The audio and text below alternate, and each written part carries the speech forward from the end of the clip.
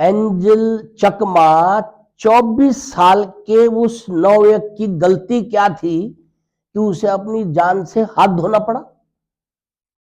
उसके पिताजी बीएसएफ में बॉर्डर पे रह के इस देश की रक्षा के लिए 24 घंटे तैनात है,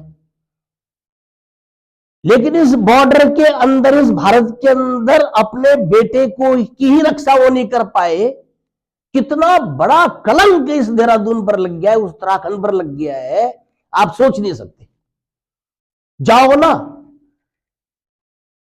इस देश के किसी भी कोने में जाओ उत्तराखंड से, कहो कि मैं देहरादून से आया हूं, जूते में पड़ जाए तो मुझे कह देना। त्रिपुरा तो भूल कर भी मत चले जाना। क्या बदनाम कर दिया इस शहर को। लोग देहरादून को स्वर्ग मानते हैं। सारे उत्तर भारत में कोहरा छाया हुआ है, जबरदस्त ठंड पड़ रखी है, जीवन अस्त व्यस्त हो रखा है। देहरादून जो है, ईश्वर ने ऐसी धरती दी है, खूब धूप निकली हुई है, और आप क्या कर रहे हैं इसको। क्या हो गया इस उत्तराखंड को।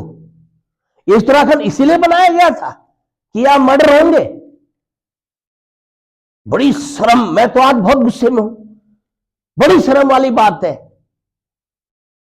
जाओ, मैं अभी नॉर्थ ईस्ट में जाके बोलूंगा मैं देहरादून से आऊंगा, तो मैं बच के नहीं आना चाहिए वहां, मुझे ऐसे ही ट्रीटमेंट होना चाहिए।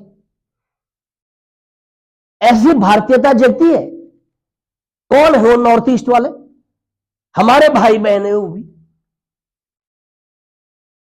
समझ में बात नहीं आती कि इन पहाड़ के लोगों को हो क्या गया है, सारों को बदनाम कर दिया है। कितनी सज्जन कौम थी ये पहाड़ी, जिन्होंने देश की रक्षा के लिए बहुत पराक्रम दिखाए। पहला परमवीर चक्र विजेता जो है वो उत्तराखंड से है।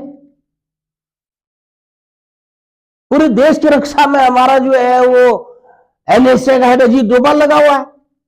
2-2 सीडीएस उत्तराखंड में देश को दे दिए, और इसी धरती पर जो है इस देश के बच्चे सुरक्षित नहीं है। किस प्रकार की शिक्षा दी जा रही है ये? और इन बच्चों को तो सजा होनी चाहिए जिन्होंने मारा है। मैं कह रहा हूं उनके माता पिता को भी सजा होनी चाहिए। माता पिता अगर ठीक होंगे तो बच्चे बिगड़ेंगे, देखें जरा सा। बिल्कुल बच्चों पर ध्यान नहीं है। अगर किसी का बच्चा क्रिकेट बहुत बढ़िया खेल रहा है, किसी का बच्चा कोई अच्छा काम कर रहा है, तो क्या माता पिता को सम्मान नहीं मिलता है? अगर किसी का बच्चा कुछ गलत काम कर रहा है तो माता पिता को दंड मिलना चाहिए। और मैं तो कह रहा हूं कि जिन जिन गुरुओं ने उन बच्चों को पढ़ाया है, उनसे भी सवाल और जवाब होने चाहिए। मैंने लाखों बच्चे पढ़ाए हैं, हजारों बच्चे पढ़ाए हैं। मेरे पास तो ग्रेजुएशन करने के बाद कॉम्पिटिटिव एग्जामिनेशन की तैयारी के लिए बच्चे आए हैं, स्टूडेंट आए हैं, और उसमें से कई बच्चे तो बिगड़ के आए हैं। वो इसलिए आते थे कोचिंग में भी कि चलो कोई मस्ती मार लेंगे, लड़ाई झगड़ा कर लेंगे। लेकिन मेरे पास आने के बाद आज मैंने लाखों विद्यार्थी मेरे पूरे देश में है, विदेश में भी इस देश का नाम ऊंचा कर रहे हैं। एक बच्चा अगर बिगड़ा हुआ निकल जाए तो मैं तो, यह सब कुछ हमारी भी जिम्मेदारी है, अध्यापक की भी जिम्मेदारी है, पेरेंट्स की भी जिम्मेदारी है। क्या कसूर था उस बेचारे का, उसने भी दुनिया भी नहीं देखी थी। अपना कैरियर बनाने के लिए वो देहरादून आया था। दूर दूर से देहरादून बच्चे पढ़ने आते हैं। हम एक कॉस्मोपॉलिटन समाज है। आप इसकी गुडविल को क्या करने जा रहे हो? बड़ा शर्मसार कर दिया आज आपने। और मेरे जैसे पता नहीं कितने लोग ऐसे हैं जो आज शर्मसार हुए हैं। बड़े आते हो कि विदेशों में जो है हिंदुस्तानी को धुतकार रहे लोग, धुतकारेंगे नहीं। जब अपने लोगों को ही के साथ आप ऐसा व्यवहार कर रहे हैं और आपके साथ अच्छा व्यवहार होगा, आप इसकी कल्पना भी कैसे कर सकते हैं? किसी को मेरी बात बुरी लगे तो लगे, लेकिन मैं ये चाहता हूं कि सत्य के साथ सरकार जो है वो पेश आए, और उन माता पिता को भी कटघरे में खड़ा कर दिया जाए कि क्या आपकी परवरिश है।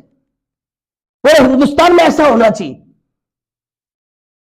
बच्चा अच्छा काम कर रहा, माता पिता पहले स्टेज पर आते हैं, लोग उनका सम्मान करते हैं। और बच्चा अगर दुर्जन है तो तुम्हारी कोई अकाउंटेबिलिटी नहीं है, तुम्हारी कोई जिम्मेदारी नहीं है ना, उसको उनको बचाने के लिए तुम खड़े हो जाओगे कि हमारे बच्चों ने कुछ नहीं किया।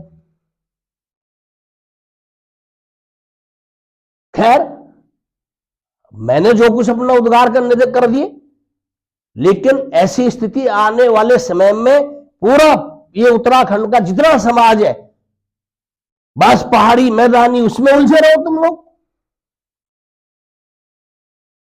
बेहतर बनाओ इस देश को भाई, इस समाज को, इस प्रदेश को बेहतर बनाओ। उत्तराखंड की डिमांड हमने इसलिए की थी, इसलिए उत्तराखंड बनाया था कि हम उसको बेहतर बनाएंगे, लेकिन कर क्या रहे हैं? सरकारों की जिम्मेदारी है। जब वो बच्चा मर गया तब जाकर के सब जाग रहे। अभी तक तो हम ये ब्लेम कर रहे हैं लोगों को कि बाहर से लोग आ रहे हैं, यहां गुंडागर्दी कर रहे हैं। अब क्या कर रहे हैं? अपने बच्चे ने कर दिया उसका कत्ल।